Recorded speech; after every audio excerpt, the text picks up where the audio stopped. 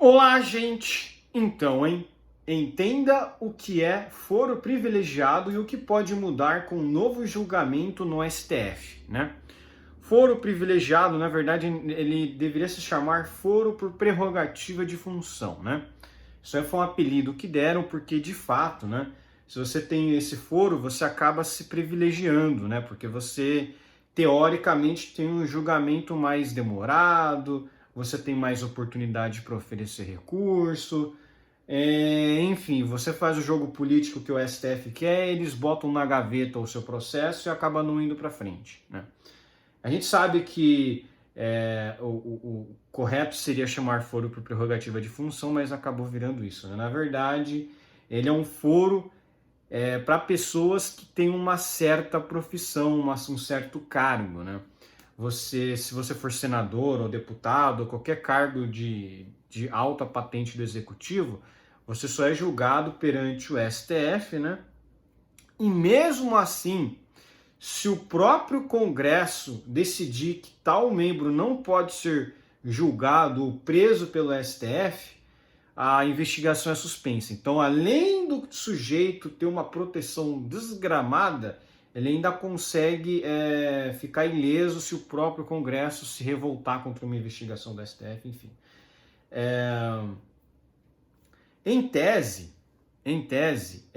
esse foro por prerrogativa de função, ele veio para impedir julgamentos políticos, né? Mas atualmente está acontecendo o contrário. Quem é da oposição tá sendo caçado pelo STF. Então não é tão privilegiado mais para algumas pessoas, né? Mas então, vamos ver aqui, né? Poucos anos depois de julgar o foro especial por prerrogativa de função, aquilo que eu falei, conhecido como foro privilegiado, o STF retoma a discussão sobre o tema para avaliar o alcance da prerrogativa para deputados, senadores, ministros e outras autoridades que cometerem crimes usando sua função, ainda que eles tenham saído do cargo. Esse é o ponto aqui. Por que o STF quer tanto isso? Por que o STF quer tanto rever essa questão do foro privilegiado? É que em relação a pessoas que eles não gostem, que acabarem não sendo reeleitos ou não sendo mais políticos, né? Eles querem manter esse julgamento no STF, né? Até para eles terem um maior controle da investigação. Isso aqui é um absurdo total, porque o próprio nome fala, foro por prerrogativa de função. Ah, mas ele cometeu o crime sendo deputado. Ué, mas aí o crime dele vai ser julgado. Só que vai ser julgado por instâncias inferiores, ué. Não tem problema nenhum nisso.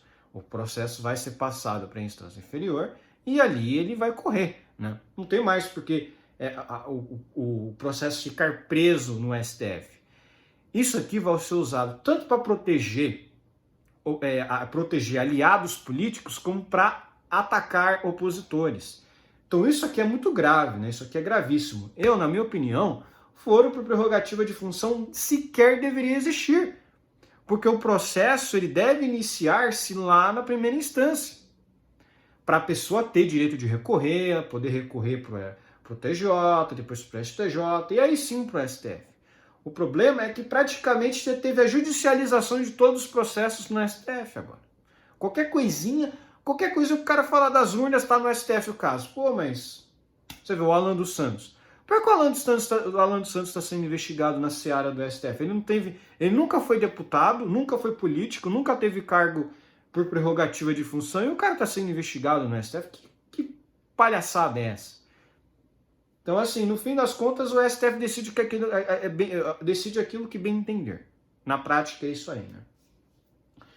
O relator da ação na corte, ministro Gilmar Mendes, sustentou que no fim do mandato o investigado só perde o foro se os crimes tiverem sido praticados antes de a pessoa assumir o cargo ou não possuírem relação com o exercício da função.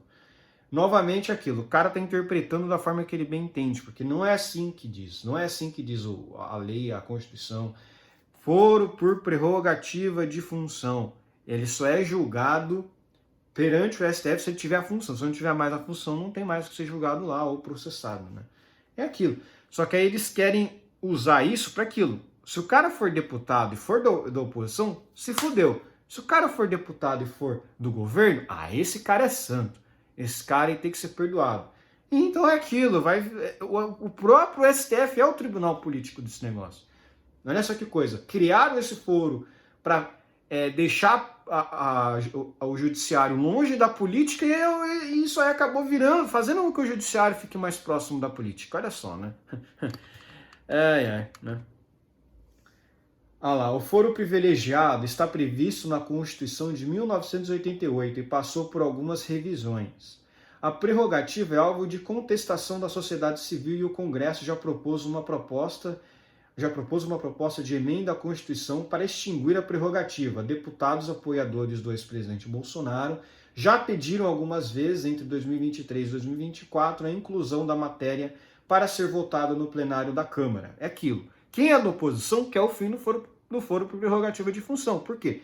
Porque o STF é um tribunal político que persegue pessoas de direita. Quem não é da direita quer que continue o foro por prerrogativa porque está sendo blindado. Né? A sociedade civil quer o fim do foro. Porque, obviamente, o STF ele retarda os processos que tratam sobre corrupção. Né? O STF ele passa pano para corrupção. O STF não liga para crime como corrupção. Crimes como corrupção. O STF liga se um cara lá falou mal da urna eletrônica. Então, lá, o foro privilegiado determina que quem ocupa certos cargos seja julgado em esferas específicas do Poder Judiciário. Pelo entendimento em vigor, inquéritos e processos criminais envolvendo autoridades como deputados e senadores só precisam começar e terminar no STF se tiverem relação com o exercício do mandato. Se ele, por exemplo, ele não é eleito deputado ou senador, em tese vai para a corte inferior, as cortes inferiores, porque ele já não tem mais mandato, então não tem mais o que se falar nesse foro aí, né? Então a prerrogativa já existia na primeira Constituição Brasileira de 1824. Cabia ao Senado Imperial conhecer dos delitos individuais cometidos pelos membros da família imperial, ministros de Estado, conselheiros de Estado e senadores, e dos delitos dos deputados durante o período da legislatura. Durante o período da legislatura, hein? Até na Constituição de 1824, especificava o quê? Durante o período da legislatura. O cara saiu, perdeu. Não tem mais isso aí, né? Mas olha, cabia ao Senado Imperial. Não era o STF, né? Senado Imperial é Senado Imperial, não era STF, né? Acho que na época da monarquia não existia STF, né? Isso aí veio ser criado lá com a República, né? Esse mesmo texto diz que o imperador tinha personalidade inviolável e sagrada. Ele não está sujeito a responsabilidade alguma, diz o texto. Vixe, Isso aqui é o famoso The King Can Do No Wrong, né? É uma frase, né, que o significado quer dizer que o rei não pode errar, né? O rei não erra, né? The King can do no wrong, can't do no wrong, né? O rei não pode fazer nada errado, né? The king cannot do anything wrong, né? Então isso aí veio dessa frase em inglês, né? Que isso aí remete a regimes monárquicos mais autoritários, né? Em que o rei ele não tinha responsabilidade nenhuma porque ele era perfeito, né? O rei ele era inviolável, né? O rei ele não podia fazer nada de errado, o rei ele era perfeito, né?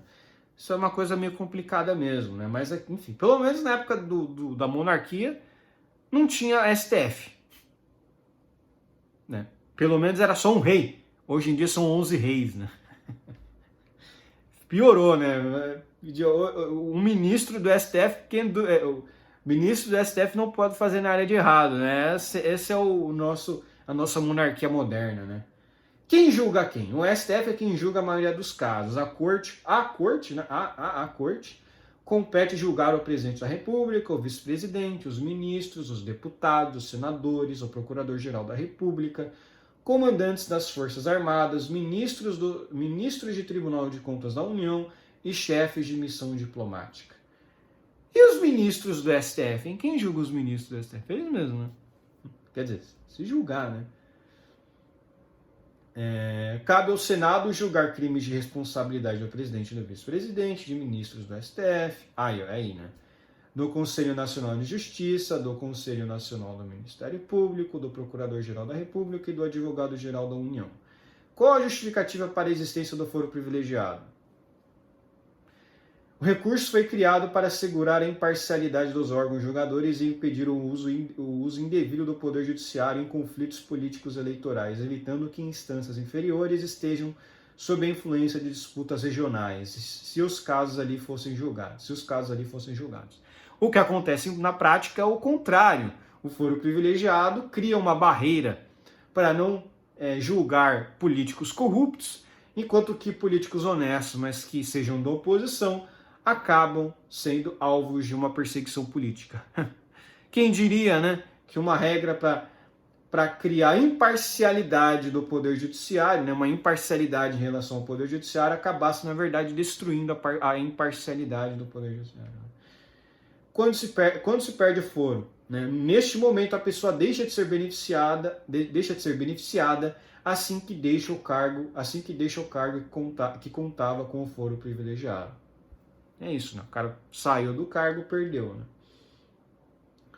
Então, o que o STF julga? O STF, em 2018, definiu por 7 votos a 4 que deputados federais e senadores só têm o foro privilegiado previsto quando os crimes são cometidos no exercício do mandato em função do cargo em que ocupam. Crimes comuns realizados antes de os parlamentares assumirem seus cargos ou sem nenhuma ligação com as funções são julgados por tribunais de primeira instância. Esse ponto que agora pode mudar. O pano de fundo do atual julgamento é um habeas corpus do senador. O pano de fundo do atual julgamento é um habeas corpus do senador Zequinha Marinho do Podemos do Pará. Ele é réu em uma ação penal na Justiça Federal do Distrito Federal por suspeita de operar um esquema de rachadinha quando exercia a função de deputado federal. A defesa nega as acusações e diz que o processo deveria tramitar no Supremo, porque desde então ele exerce cargos com prerrogativa de foro. Nesse caso, a nova regra valeria para casos de renúncia, não reeleição, cassação, entre outros. Bom, neste momento o julgamento foi suspenso por pedido de vista do presidente do STF, Luiz Roberto Barroso, feito nesta sexta, dia 29. O placar está com 5 votos favoráveis à manutenção da prerrogativa, mesmo após a saída das funções. Os ministros Cristiano Zanin, Dias Toffoli e Flávio Dino acompanharam Gilmar antes de Barroso pedir vista. Mesmo com a suspensão, o ministro Alexandre de Moraes decidiu antecipar o voto e acompanhar o voto do relator. É isso aí, né? Então eles querem mudar essa regra para quê? Para que mesmo que o cara ele saia, né, ele deixe de ter o foro, né, ele continue sendo processado perante o STF. Né? É isso aí, né? Realmente é uma tristeza, né? Bom, mas enfim. É isso aí, né? Eu, na minha humilde opinião, não deveria existir essa porcaria. Isso é uma regra horrível, que só favorece políticos corruptos e quem é honesto, mas que é da oposição, acaba se lascando porque o STF persegue opositores políticos ao Lula e da esquerda e aí da esquerda no geral, né? Tudo deveria ser despolitizado. O judiciário brasileiro já é politizado, isso não tem como evitar. Porém, é melhor que o processo comece a ocorrer com um juiz de primeira instância, porque o sujeito aí, no caso, teria direito a recurso. Se o processo fica direto no STF, o cara não tem direito de recorrer, né? Ele fica meio que preso aí, né, nesses julgamentos aí, shows aí que o STF costuma dar, né? Que, enfim, julgamentos totalmente politizados, né? Mas enfim, por hoje é só, espero que gostem do meu vídeo, inscrevam-se no meu canal, comentem aqui embaixo, compartilhem meu vídeo nas suas redes sociais para me ajudar na divulgação, inscrevam-se no meu canal no Rumble. Um abraço. E usem VPN para isso, né?